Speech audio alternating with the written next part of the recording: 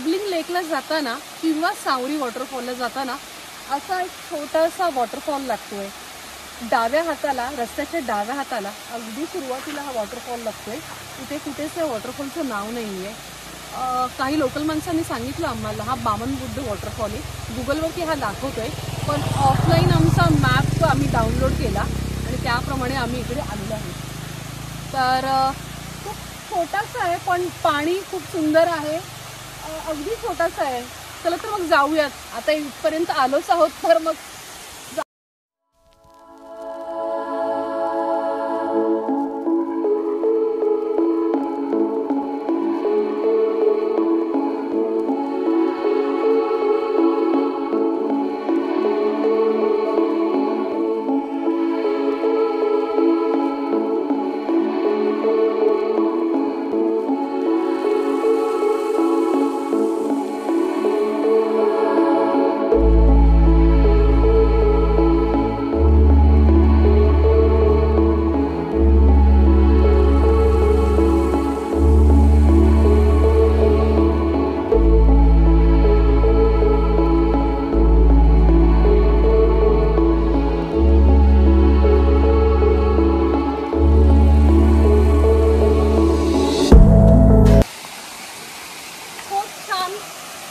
सुंदर वॉटरफॉल आहे. इकडे कोणीच शक्यता नाही आहे.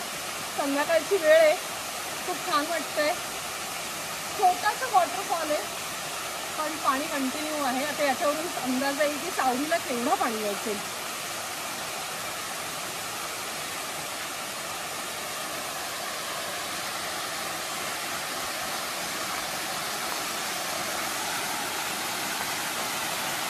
थंड पाणी आहे खूप.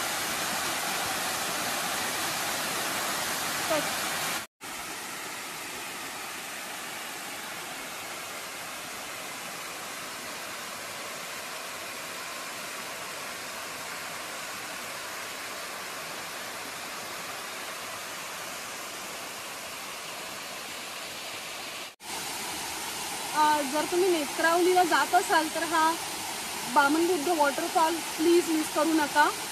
छोटासा आहे, खूप वेगळा आहे.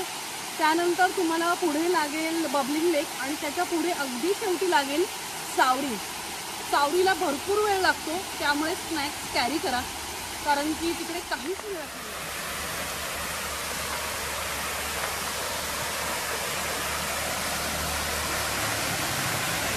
खूप सुंदर आहे ना निसर्ग. त्याचा आवाज, ही शांतता, पक्ष्यांचे आवाज, हिरवीगार झाडे, मला तर खरंच खूप आवडले. खूप पॉझिटिव्ह वेव्स आले. साऊथ आणि नॉर्थ फिरून तुम्ही कंटाळला असाल, तिकडचे बीचेस येऊन फिरून कंटाळला असाल तर अशा हिडन ठिकाणी खरंच एक्सप्लोर करा. खूप वेगवेगळ्या जागा आहेत. वेगवेगळ्या ठिकाणी फिरण्याचा आनंद घ्या.